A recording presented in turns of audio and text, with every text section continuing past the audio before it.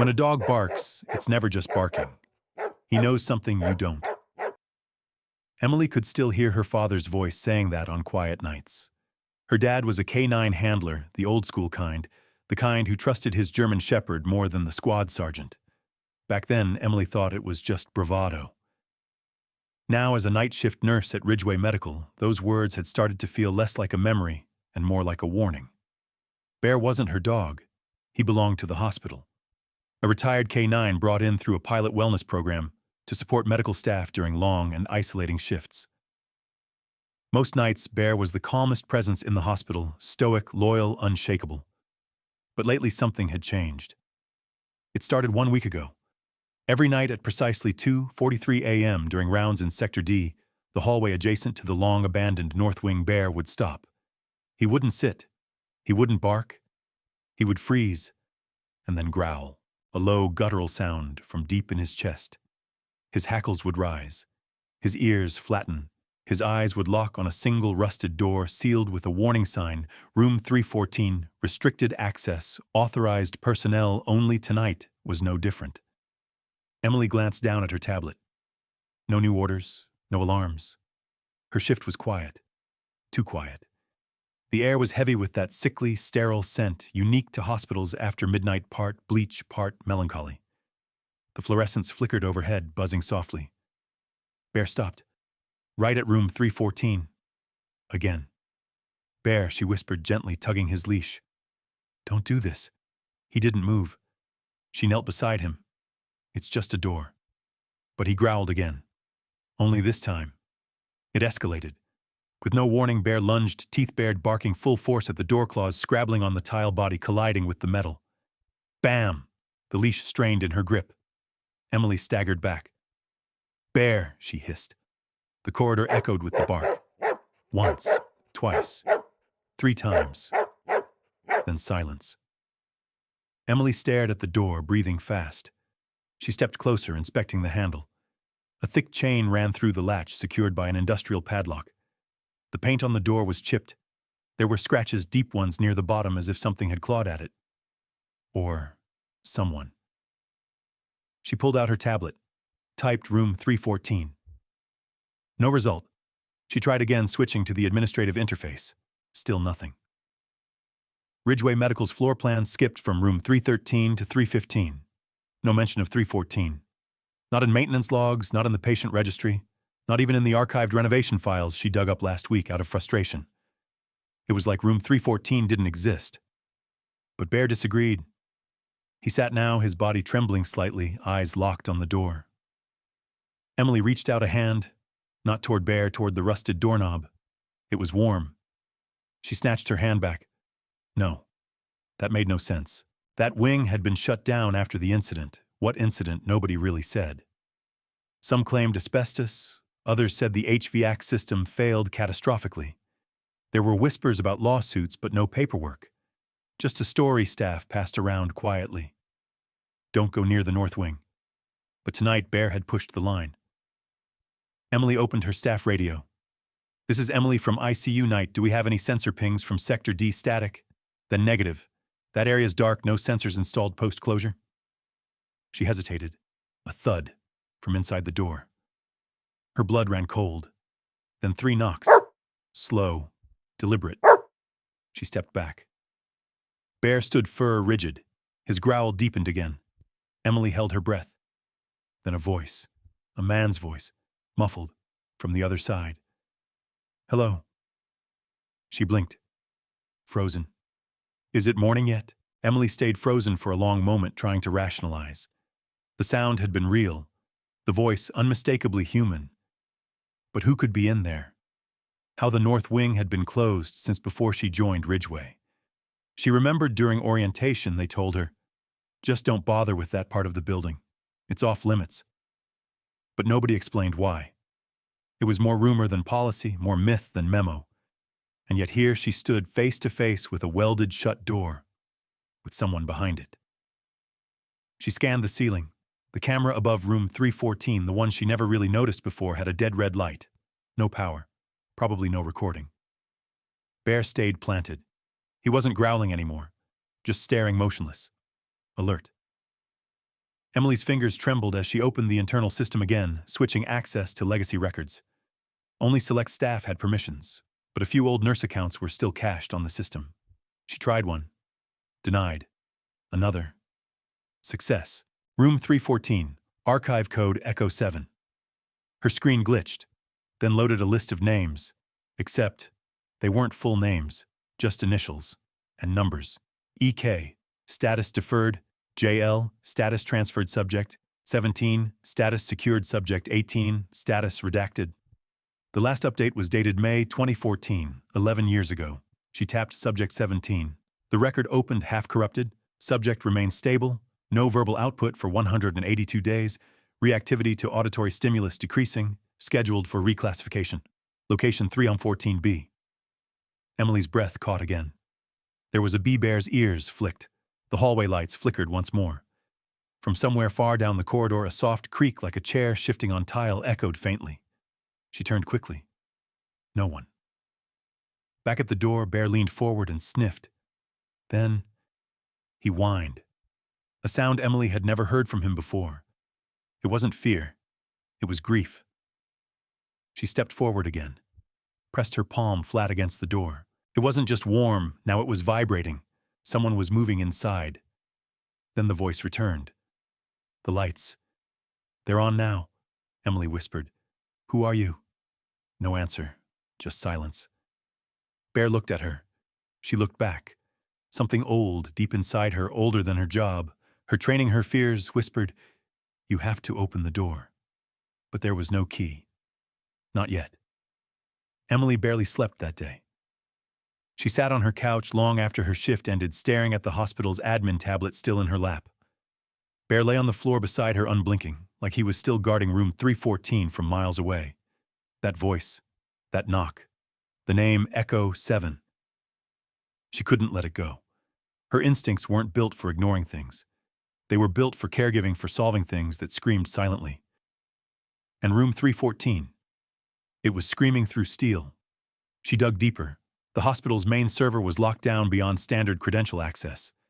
But Emily had a few back doors. Old technician badges sometimes came in handy, especially when IT left the secondary server unlocked for routine audit. She used an old recovery method, forcing a manual boot from the internal Wi-Fi. Then typed, Room 314, Archive code, Echo 7, Subject records. A prompt appeared. Warning level 6 clearance required. Unauthorized access will be logged. Emily hesitated, then pressed continue. The screen glitched again for longer this time. Finally, a single entry appeared. Subject 17, file active. Location Ridgeway, sublevel 3, 314B. Involuntary cognitive study initiated 2012 under Echo Directive. Subject has not been cleared for relocation. External contact prohibited. Last interaction, John, 2015. She paused. 2015. That's 10 years ago. The record stopped there. No medical updates. No discharge. No transfer. No death certificate. Just paused. Like someone hit snooze on a person. Emily leaned back, goosebumps rising along her arms. She remembered one thing from orientation years ago, a throwaway comment from an old nurse before they retired. Some of us used to say there's a ghost in 314, but the ghost never left. They were just forgotten. That evening when she clocked in, she brought two things with her. A copy of the records she'd extracted, printed and hidden under the lining of her thermos bag. A decision she wasn't going to ignore this anymore. Bear followed her without question. They didn't head toward ICU. They went straight to Sector D. The hallway leading to room 314 felt different now. Not colder, not darker, just wrong. Like the space wasn't connected to the rest of the hospital anymore. Like it had its own atmosphere. A static buzz, a sense of being watched. She passed a new janitor she didn't recognize, tall, gaunt, with mismatched shoes.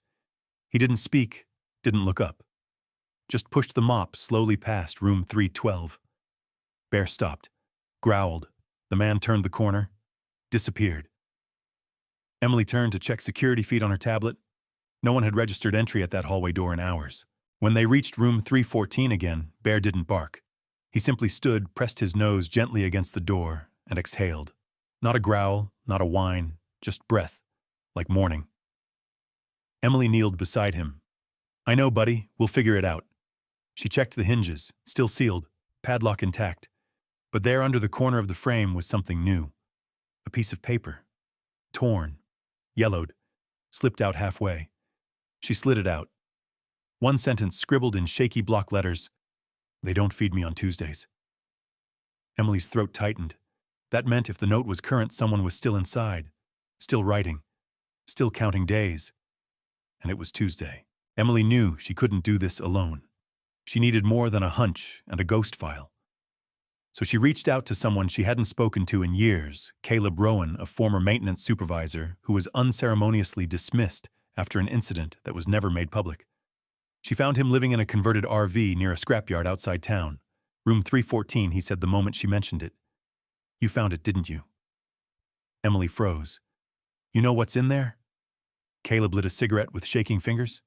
Not exactly, but I was the one who welded the door shut. Back in 2015. They told me it was for asbestos containment. But that's not how we seal asbestos.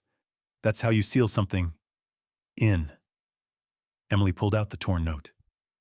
Caleb paled. They told us it was empty, he whispered. They told us the patient had been transferred to a facility in Oregon, but no transport record ever cleared. And that room was never unsealed after I locked it. Back at Ridgeway, Emily felt the walls closing in. She began noticing small things, a nameplate on an old closet labeled Echo Storage now scratched out, a section of the digital blueprint that glitched whenever she scrolled past sub-level 3. A nurse, Linda, who once joked, "No one ever comes back from room 314 teen," then immediately changed the subject. Emily asked Linda later that evening if she remembered the joke. Linda's face turned cold. "I don't joke about that hallway," she said. That night, Bear stopped again at room 314.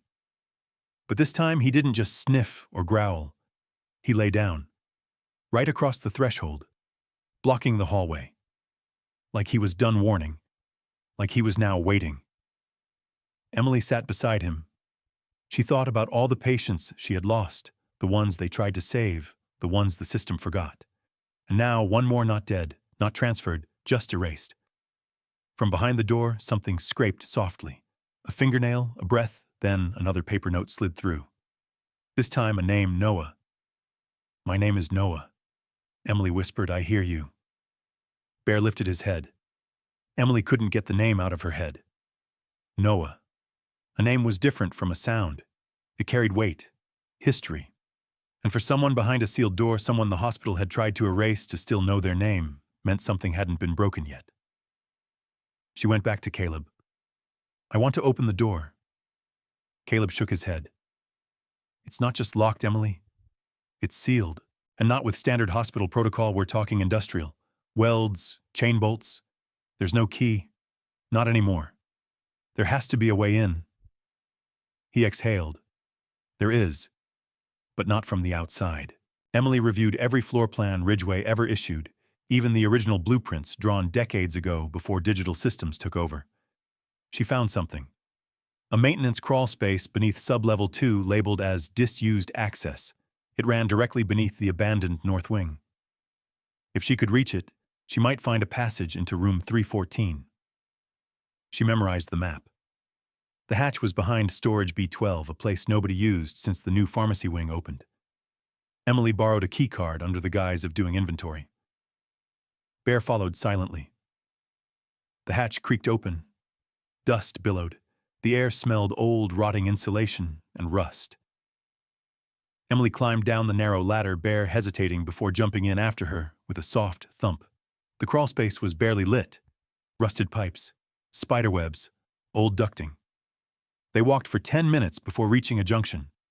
And then she saw it, a panel marked 314B, Sanaisen, Isolation Observation. Her breath caught. She touched the panel. It was cool, but scratched, long, ragged, almost like fingernails. She pressed gently. The panel shifted. Bear growled, low and uncertain. She pulled harder, and it gave way, revealing a chamber no larger than a hospital closet.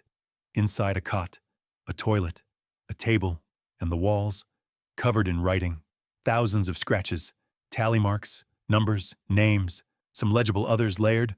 One name repeated endlessly, Noah, and beneath it, Day 437, I remember. Day 501, I forget. Day 600, please bark again.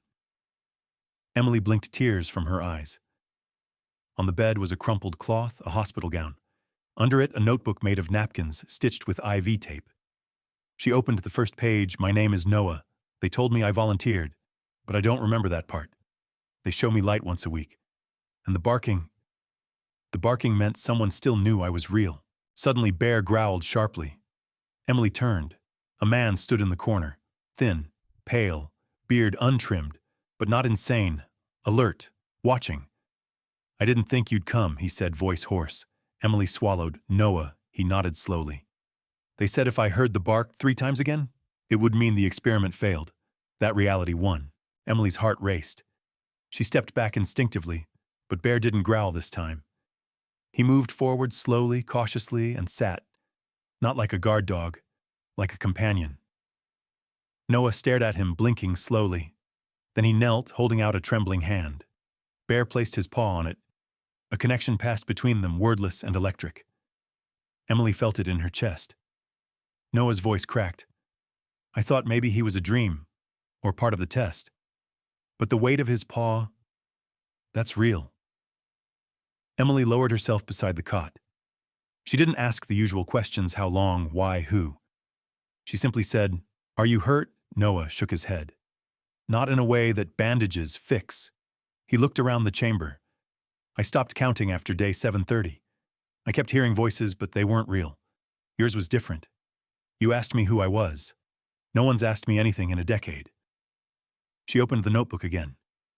You wrote. I had to. Otherwise, I'd disappear. Emily reached for her radio. Static. Of course. They were underground. I need to get you out of here, she said. Noah's eyes widened. No. No, if they know I'm gone, if they know you helped me, they'll shut everything down again. They already did, she said. The system doesn't even show this room exists. The records stop in 2015. You've been declared... Paused. He laughed once. Bitter. Paused. That's funny. For years they told me I was resting. Said I had volunteered. That I was saving lives by not being part of the world. I believed them for a while. Emily stood. We can't stay here. Can you walk? Noah tried. He staggered, but Bear stepped under his arm steady. Noah smiled faintly. He still remembers me. Emily looked at Bear. I think he never forgot. Getting out was slower. Noah's legs trembled every few steps. The crawl space seemed narrower, heavier. Halfway back, they heard a sound. Metal echoing. Footsteps. Someone else was in the shaft. Emily killed her flashlight. Noah froze. Bear pressed close, silent as a shadow. A voice echoed faintly. Check the junction. If the panel's open, we tag it. It wasn't security. These weren't hospital staff. Emily leaned in, whispered, We can't go back. There's another route through the oxygen vents, but it comes out near the surgical archives. Noah nodded once. They turned into darkness and didn't look back. The oxygen vents were barely large enough to crawl through, and they were never meant to hold 3 bodies, 1 exhausted nurse, 1 half-starved man, and a 90-pound German shepherd determined to go first. Emily led the way, Bear behind her, Noah last. She could hear every breath, every scrape of boot on metal, every soft whine Bear gave when the air turned tight. Behind them, silence. But the kind of silence that pressed on your back, the kind you know is watching. They reached the grate behind the surgical archives. Emily pushed it loose and helped Noah out first. He collapsed onto the floor, panting. Bear followed, standing watch as Emily crawled out and replaced the grate behind them. Lights flickered. Somewhere down the corridor, an intercom cracked. Unauthorized activity detected. Sector D clearance compromised. Lockdown initiating. Emily turned to Noah. They know. Noah didn't panic. He just nodded. I knew they would. She got them to the old pharmacy, an area half renovated, half forgotten. It had emergency lockers, linens, and more importantly, a hidden elevator once used for waste transfer. Caleb had told her about it the night before. They buried most of the old systems, but not that one. No one wants to rebuild what's rotting. She swiped a stolen badge. The door opened. They rode in silence, Bear's eyes never blinking. At sublevel 1, they exited into what felt like a different world. Yellowed tiles, walls, sweating moisture, flickering red emergency lights casting long shadows. Then footsteps. Not running. Patrolling. Emily pulled Noah behind a steel trolley. Bear crouched low, not making a sound. Two men passed in full tactical gear. No hospital insignia, no ID. Command says visual confirmation on Subject 17. They want him alive, preferably, but not required. Emily felt Noah tense. She whispered, "We have to move. Now." They sprinted through old surgical intake down a hallway filled with dust-covered equipment, past walls covered in peeling posters about hygiene and mental health.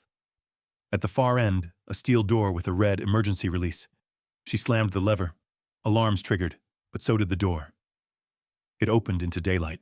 They had reached the old ambulance intake buried behind crates and scaffolding, but still functional. Emily helped Noah into a rusted transport van used for oxygen tanks. Bear jumped in, barked once, not loud, not warning, but like a signal. She hit the ignition. The van sputtered, then started. Behind them, the door burst open. Two black-clad men raised weapons. Bear barked again. Emily floored the gas. The van shot forward. Bullets pinged off the steel body. They didn't stop. 10 miles outside the city, she pulled off into an abandoned orchard. Noah sat in the back, shivering eyes, unfocused. Emily checked his vitals, weak but stable. She turned to Bear. "You knew he was in there. You never stopped." Bear rested his head in her lap. Noah spoke. Quiet. "They said the bark would be the key, that when I stopped hearing it, I'd forget who I was." Emily asked, "Do you remember now?" He looked at her. Pieces. Enough to know they lied. Enough to want to remember the rest. Back in the city, chaos began to build. A power outage in Ridgeway wiped half the internal logs. The name Echo began appearing in whispered threads among former staff. Someone leaked the old maintenance rosters. Caleb's name was on it. 2 hours later, his apartment was ransacked. He wasn't there, but on the wall written in marker 314. She found him. The orchard wasn't safe, not really, but it was quiet. Emily parked the van between two collapsed sheds. The tall grass had grown wild, hiding the vehicle from casual view. The silence after the chaos was deafening. Noah leaned against the doorframe, staring into the trees. "The air smells different out here," he said softly. "It's like my brain forgot what wind felt like." Emily handed him a bottle of electrolyte water. "Start with this. We'll work up to wind." He chuckled, but it was hollow. Inside the van, Bear paced. He kept sniffing the corners, whining occasionally. He didn't like staying still. Emily didn't blame him. She checked her burner phone again. No signal. So she drove 5 miles east to a lookout ridge where she finally got reception. Layla picked up again, this time more alert. "I pulled your file, Emily. You have no business knowing what 314 is." "That's funny," Emily said, "because I just helped him walk out of it." A pause. "Then is he lucid?" "He knows his name. He remembers parts, and he remembers that they lied to him. That's more than any of the others ever did." Emily froze. "There were others? There's always others." Layla's voice softened. "Look, I tried to blow the whistle on Project Echo 6 years ago. Got buried in lawsuits and gag orders. But if you have Noah and you can prove he was held, we may have a chance. A chance for what? For them to admit this happened. For the world to see it." That night, back at the orchard, Emily sat outside the van and opened the napkin journal again. She flipped to a page toward the back. Day 927. "I remember a girl with a silver necklace. She said her brother never came back." Day 930. "They told me she was imaginary." Day 932. "She came back in a dream. Her name was Eleanor," Emily whispered. "Who's Eleanor?" Noah spoke from the doorway. "She was my sister. She used to bring Bear little treats when we trained." Bear's ears perked at his name. Emily asked, "Is she?" "They said she left town, but they told me a lot of things." Noah sat down beside Emily. "I was part of the original trial group. 12 of us. All volunteers, supposedly. They wanted to study memory resistance under stress. How much of yourself can be erased before your body stops responding? That's what they said. You remember that clearly. Not because of what they said, but because of what they did right after. They stopped calling us names. Just numbers. I was 17. Eleanor tried to pull me out. That was the last day I saw her. Emily clenched her fists. They couldn't go to the police. Not yet. But Layla had offered something better. A camera. A platform. A signal stronger than any sealed report. Emily looked at Noah. Would you be willing to tell your story? He didn't hesitate. If they erased me once, I'll make sure I exist forever this time. The interview wasn't shot in a studio. It happened at a diner outside town, a place with a broken neon sign and a booth that hadn't been cleaned since the 90s. Layla brought an old DSLR and a battery pack, while Emily stood guard at the door. Noah sat across from the camera hands, folded voice, trembling but certain. He told everything. About the consent forms he didn't remember signing. About the memory dormancy experiments under Project Echo. About the people who vanished, subjects turned into test cases, some compliant, others resistant. He described the soundproofing, the light deprivation, the reset drills. And finally he said Bear's name. He was my anchor. When they told me I was never a real person, I remembered the dog who waited outside the fence every morning. Layla cut the footage and backed it up to 5 encrypted drives. Then she uploaded the first 6 minutes to an anonymous video leak forum used by whistleblowers. It went live at 3:04 a.m. By 3:21, it had 2,000 views. By 4:00 a.m., it was at $120,000. That same morning, Ridgeway locked down. Every remaining server room was wiped. 3 ex-staff members reported home break-ins. 1 car exploded outside the legal office that once handled Echo contracts. Emily didn't sleep. She kept the van moving, switching burner phones, changing motels. Bear stopped barking entirely, but never left Noah's side. On the 3rd day, the video reached national media. Layla called. It's happening. 1 senator's calling for a federal inquiry. We need to move. Move how, bring him in. We'll go public. Face to face. You'll both testify. Emily looked at Noah. He didn't answer immediately, then said, if I do this, they'll come for me. For all of us. They already did. That night, the van was spotted. A black SUV followed them off Route 17. Bear saw it first growling before headlights appeared. Emily swerved down an abandoned service road. The SUV followed. Noah shouted, we can't outrun them, not trying to. Emily snapped. She hit the brakes. Bear lunged from the back, teeth bared, barking furiously. The SUV skidded to a halt behind them. 4 men stepped out. No uniforms, no words, just tasers. One raised a dart gun. Emily reached under the seat and pulled the emergency flare Caleb gave her. Only use it when you're ready to burn the lie down. She lit it. The sky filled with red smoke, and within 60 seconds the sound of drones overhead. Camera drones, journalists, activists, Layla's people. They tracked the van, Noah whispered. She brought them here. Emily smiled. She brought them all. The 4 men froze. One tried to retreat too late. Every movement caught on livestream. The footage of Bear standing between Noah and a dart gun went viral within minutes. The flare signal became a symbol. That same image dog against the dark appeared in hundreds of articles within 24 hours. As the news spread, the world reacted with a mix of horror and disbelief. The hashtag #Project Echo trended globally. Former Ridgeway staff began reaching out to Layla anonymously. Some offered fragments of documents. Others confirmed what Noah said quietly, fearfully. One nurse said she remembered Subject 6, a boy who used to hum the same lullaby every morning before he stopped talking altogether. A former janitor recalled being told not to mop near certain locked rooms. And then there was the tech. He sent Layla a diagram, a wiring schematic of the monitoring devices installed in Echo's isolation chambers, labeled Conscious Interruption Protocol. If the subject begins to re-identify, trigger loop 4. Noah read it in silence. Then he asked Emily for a mirror. She didn't have one, so she handed him a spoon. He stared at his reflection for a long time. I look like a ghost, someone halfway remembered. You're not, Emily said. You're evidence. Noah smiled faintly. That might be worse. That night before the ambush, they'd stopped at a rest area just long enough to let Bear stretch. Emily sat on the hood of the van, watching Noah stare at the stars, like he was trying to recognize constellations from a life he forgot. If we don't make it, he said, promise me Bear gets out. We're all getting out. I'm serious. So am I. They bumped fists quietly. Bear barked once, not loud, just enough to let them know he was listening. After the flare and the drones forced the attackers back, a rush of noise followed camera shutters. shouting reporters, Layla's voice directing volunteers. Emily held Noah steady as the world closed in. She whispered, "No more hiding. We make this real." Noah nodded. "I don't want to disappear again." Bear stood between them and the crowd. His stance was proud, still, like a statue carved from loyalty. And when the first question came from the crowd, "What happened to you?" Noah didn't hesitate. "They took my name, my memories, my family.